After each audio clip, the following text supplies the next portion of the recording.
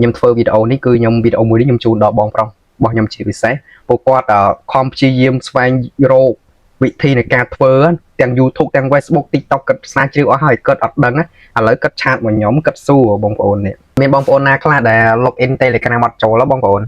hay sầm rạp nhóm cứ nhóm khan vào Telegram giờ về buôn khai này ở cái tăng vì vì update ở dương bong lùi máu cứ nhóm admin lùi bằng cả tu toát ở Telegram tại mà đón bong ônสำหรับบองโอนยังดังวิธีของการล็อกอินโจลบองโอนคอมเพล็กปรับยำพองยำเพื่ออัตราให้บองโอนอัปเดตพองลบแอปพองเพื่อกรบแบบอย่างปันใต้เวียนเลยแต่เอายังบองลอยโซนจอยเก้าจะเป็นบุญเซนเตียมันทาเตเลกราฟมันทาแคปคัดเต้คือเอาบองลอยแต่มาดองเจี๊ยแสดงโดยตู้ซับบองยำจังเนี่ยออกเนี่ยเมียนแต่ตู้ซับเตะปะแต่เมียนเตเลกราฟปลาเตยำปลาแต่ชาร์ตเฟซบุ๊กเตรองไงเนี่ยออกเนี่ยให้แคปคัดมุ้ยสำหรับធ្វើវីដេអូចែកជូនបងប្អូនបានទស្សនាតាក់ទងទៅនឹងវីដេអូនៅលើវិស័យមួយហ្នឹងហើយខ្ញុំជឿថាបងប្អូនយើងគាត់ជួបបងប្អូនខ្លះក៏គាត់អត់ជួបហើយបើសិនជាបងប្អូនដែលមាន Telegram ហើយពេលដែលយើងចូលទៅក្នុង app Telegram បើសិនជាវា load នៅកន្លែងសញ្ញាមួយឲ្យយើង update យើងកុំ update កន្លែង update គឺសំខាន់នៃដល់គ្នាកម្មវិធីផ្សេងយើងអាច update បានប៉ុន្តែ Telegram មួយបើសិនជាបងប្អូនចង់អស់លុយគឺបងប្អូន updateបើសិនជាវាចេញកន្លែង update វាមាន2នៅខាងឆ្វេងវាឲ្យយើង skip ខាងស្ដាំវាឲ្យយើង update អញ្ចឹងបើសិនជាបងប្អូនចង់អស់លុយបងប្អូនចុចខាងស្ដាំទៅ update ទៅបងប្អូននឹងបង់លុយឲ្យ Telegram មួយខែ0.99 សេន$71នេះដល់គ្នាអញ្ចឹងសម្រាប់បងប្អូនដែលគាត់ខ្វះខាតគឺគាត់មិនអាចប្រើ Telegram ដល់បន្តទេហើយសម្រាប់អ្នកដែលមានទុនធានគ្រប់គ្រាន់ក៏អាចប្រើនៅ Telegram បានហើយសម្រាប់បងប្អូនដែលគាត់រកស៊ីតាម Telegram ដូចជាភ្ញៀវរបស់យើងនៅខាងនឹងច្រើនច្បាស់ណាស់គឺគាត់នឹងបង់ឲ្យបង់លុយឲ្យ Telegram តែម្ដងហើយសម្រាប់ខ្ញុំការងារអត់សូវច្រើននៅលើ Telegram ទេអ្នកនរគ្នាហើយបើសិនជាបងប្អូនយើងមាន Telegram ហើយ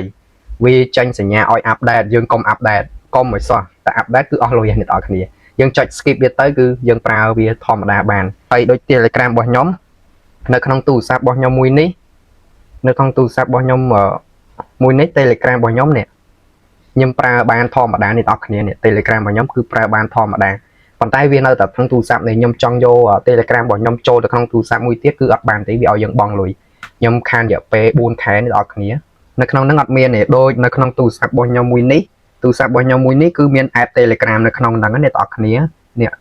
Telegram នៅក្នុងហ្នឹងហើយសម្រាប់បងប្អូនដែលមាន app Telegram នៅក្នុងហ្នឹងមាន account យើងនៅក្នុងហ្នឹងហើយបើសិនជាវាមានចេញសញ្ញាឲ្យយើង update យើងកុំ update ដល់ស្រស់ឥឡូវខ្ញុំដាក់កន្លែងហ្នឹងឲ្យបងប្អូនមើលតែម្ដងដាក់នៅលើផ្ទាំងកុំព្យូទ័រហើយស្រួលបងប្អូនយើងមើលឥឡូវយើងចូលទៅទាំងអស់គ្នាឥឡូវខ្ញុំសុំបើកលើកុំព្យូទ័ររបស់ខ្ញុំដាក់នៅលើកុំព្យូទ័រឲ្យបងប្អូនយើងមើលតែម្ដងខ្ញុំសុំ refresh វា1 2 3សិនហើយខ្ញុំសុំបើកនៅកម្មវិធីរបស់ខ្ញុំដែលខ្ញុំត្រូវ share screen ចូលដើម្បីឲ្យបងប្អូនយើងមើលឥឡូវខ្ញុំសុំចូលមួយសិន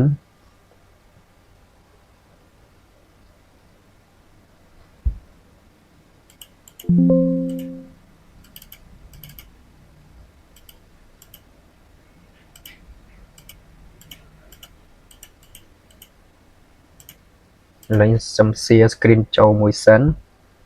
នេះឥឡូវខ្ញុំធ្វើការចូលហើយខ្ញុំដាក់ប៉ុណ្ណេះទៅខ្ញុំអត់បើកវាធំទេដាក់ប៉ុណ្ណឹងឲ្យបងប្អូនយើងមើលទៅមកស្រួលបងប្អូនយើងមើលឃើញខ្ញុំដាក់ប៉ុណ្ណេះឲ្យបងប្អូនយើងមើលតែម្ដងខ្ញុំ refresh មួយអានេះនៅក្នុងទូរស័ព្ទបងប្អូនខ្ញុំ share screen ពីនេះទៅតែម្ដងឲ្យបងប្អូនយើងមើលអានេះកន្លែងមួយនេះអានេះខ្ញុំសុំដាក់ប៉ុណ្ណេះឲ្យបងប្អូនយើងមើលតែម្ដងហើយអានេះនេះ app Telegram នេះដល់គ្នានេះខ្ញុំទាញមកដាក់កន្លែងនេះតែម្ដងនេះ app Telegram របស់យើងហើយមាន account នៅក្នុងនឹងស្រាប់ហើយពេលដែលយើងធ្វើការចូលទៅក្នុង app Telegram តើវាចេញនៅ load សញ្ញាអីគឺជា Telegram ហើយបើសិនជាយើងចូលទៅបើវាចេញសញ្ញាអីមួយយើងត្រូវមើលវាសិនមុននឹងយើងធ្វើការងារអីផ្សេងណាបងប្អូនឥឡូវខ្ញុំសុំចូលទៅក្នុង Telegram នឹងតែម្ដងនេះចូលប៉ុចឃើញទេអ្នកទាំងអស់គ្នាពេលដែលយើងចូលទៅក្នុង app Telegram គឺវាចេញសញ្ញាហ្នឹងនេះវាមាន2ហើយកាលមុនវា update នៅកន្លែងនេះកន្លែងមួយនេះវាដាក់ skip ត្រូវហើយកន្លែងមួយនេះបានវាដាក់ update ឥឡូវវាយកពី update មកដាក់ខាងក្រោមវិញអញ្ចឹងបើសិនជា Telegram បងប្អូនមានបញ្ហាបែបនេះបងប្អូនដាច់ខាតកុំចុចពាក្យថា update បើសិនជាបងប្អូនចុចពាក្យ update នេះគឺបងប្អូននឹងត្រូវបង់លុយជាប្រចាំខែតែម្ដង ជាក់ស្ដែងដោយ Telegram របស់ខ្ញុំផ្ទាល់អញ្ចឹងនៅក្នុងទូរស័ព្ទមួយទៀតគឺខ្ញុំច្រឡំចុច update អញ្ចឹងមិនថាបងប្អូនច្រឡំចុច update ឬក៏បងប្អូនលុប app នឹងទេពេលដែលបងប្អូនវាយទៅលេខទូរស័ព្ទចូលវិញគឺវាទាមទារឲ្យយើងបង់លុយតែម្ដងហើយបើសិនជាបងប្អូនយើងមានលុយយើងចុចពី update ទៅយើងបង់លុយហើយសម្រាប់អត់ដូចខ្ញុំអត់ចុច update ទេហើយខ្ញុំធ្វើការចុច skip ពេលដែលបងប្អូនមាន Telegram យើងអូសចាញ់ចេះយើងអាចបានធ្វើការនៅលើហ្នឹងណាអញ្ចឹងយើងចាប់ផ្ដើមធ្វើការនៅលើ Telegram យើងចុចពីលើ Telegram វាចេញអញ្ចឹងកាលណាចេញចេះវាឲ្យយើងជ្រើសរើសពីរជម្រើសយើងមានពីរជម្រើសទី1 skip យើងអាចបន្តនៅ Telegram យើងអាចធ្វើការតទៀតបានណាជម្រើសទី2គឺយើងធ្វើការ update អញ្ចឹងជម្រើសដ៏ល្អសម្រាប់ខ្ញុំគឺជម្រើសទី1ខ្ញុំធ្វើការ skip ឃើញទេបងប្អូនពេលដែលយើងធ្វើការ skip យើងអាចធ្វើការនៅលើ Telegram យើងបានតែម្ដងអ្នកនរគ្នាយើងអាចតបភ្ញៀវអីបាននៅលើ Telegram ហ្នឹងណាអញ្ចឹងបើសិនជាវាចាញ់ update ដាច់ខាតកុំ update ដោយសារប្រយ័ត្នបង់លុយ 0.99 សេនឥឡូវនេះពេលដែលបង់លុយវាអញ្ចឹងណាជាមួយខ្ញុំដាក់ឥឡូវខ្ញុំឲ្យបងប្អូនមើលជាក់ស្ដែងតែម្ដងកុំឲ្យថាខ្ញុំនឹងចេះតែនិយាយពេលដែលខ្ញុំ update ហើយតើលទ្ធផលបែបណាអញ្ចឹងណាបងប្អូនឥឡូវខ្ញុំអូសនេះមកខាងនេះសិនខ្ញុំសូមចូលមកក្នុង app របស់ទូរស័ព្ទរបស់ខ្ញុំវិញអានេះយើងមិនតន់ update ទេណាបងប្អូននេះខាងឆ្វេងដៃរបស់ខ្ញុំគឺខ្ញុំអត់តន់ធ្វើការ update ទេអញ្ចឹងហើយយើងមកមើលខាងឆ្វេងដៃរបស់ខ្ញុំគឺអត់តន់ update ទេហើយបងប្អូនមើលខាងស្ដាំដៃម្ដងខាងស្ដាំដៃនេះគឺយើង update រួចអញ្ចឹងបងប្អូនមើលតាមការគួរ Telegram គួរ update ឬក៏មិន update អាហ្នឹងទៅលើបេះដូងរបស់អ្នកទាំងអស់គ្នាតែខ្ញុំគ្រាន់តែប្រាប់នៅក្នុងវីដេអូមួយនេះបើសិនជាបងប្អូនមានបញ្ហា Telegram យើងចូលមកវាឲ្យយើង update កុំ update ដោយសោះប្រយ័ត្នអស់លុយដូចខ្ញុំអញ្ចឹងនេះឃើញទេអ្នកទាំងអស់គ្នាគឺបង់លុយឲ្យ Telegram របស់ខ្ញុំ 0.99 សេន Telegram ខ្លះទៀត$1ជាងទៅអញ្ចឹងណាតាម app តាមការងាររបស់គាត់រៀងៗខ្លួនហើយសម្រាប់ Telegram នៅក្នុងទូរស័ព្ទមួយនេះគឺខ្ញុំអត់ដាច់ខាតអត់និយាយរួមទៅគឺអត់ update តែម្ដងបើសិនជាច្រឡំដែរអានឹងគឺជាអាសាបង់តែម្ដងគឺនិយាយរួមមួយខែបង់ឲ្យតែ Telegram គឺវេទនាហ្មងឥឡូវយើងមិនចាំអាចដែរទេនេះបងប្អូននេះឃើញបែបនេះដាច់ខាតកុំ update អញ្ចឹងវីដេអូមួយនេះគឺសំខាន់បើបងប្អូនបានមើលឃើញហើយកុំ update ដោយសោះបងប្អូនប្រយ័ត្នដូចខ្ញុំមកបងប្អូនកុំ update ប្រយ័ត្នដូចខ្ញុំហើយបងប្អូនបានមើលវីដេអូនេះហើយខ្ញុំសង្ឃឹមថាបងប្អូននឹងយល់ហាម update ហើយខ្ញុំសង្ឃឹមថាបងប្អូននឹងយល់កុំ update និយាយរួមទៅកុំ update តែម្ដងតែ update បងលុយជារៀងរាល់ខែតែម្ដងចិញ្ចឹមនិយាយរួមទៅយកលុយចិញ្ចឹម Telegram រាល់ថ្ងៃតែម្ដងតែបើសិនជាបងប្អូនគិតថា Telegram បងប្អូនសំខាន់ការងារអាជីវកម្មនៅលើ Telegram នឹងច្រើនបងប្អូនបង់ទៅអានឹងតាមបេះដូងណាហើយបើសិនជាបងប្អូនគិតថា Telegram ហ្នឹងវាអត់សូវសំខាន់សម្រាប់បងប្អូនទេបងប្អូនមិនចាំបាច់បង់វាឲ្យក៏បានដែរចាំសំខាន់ខ្ញុំយើងធ្វើការបង់ហើយសម្រាប់ខ្ញុំ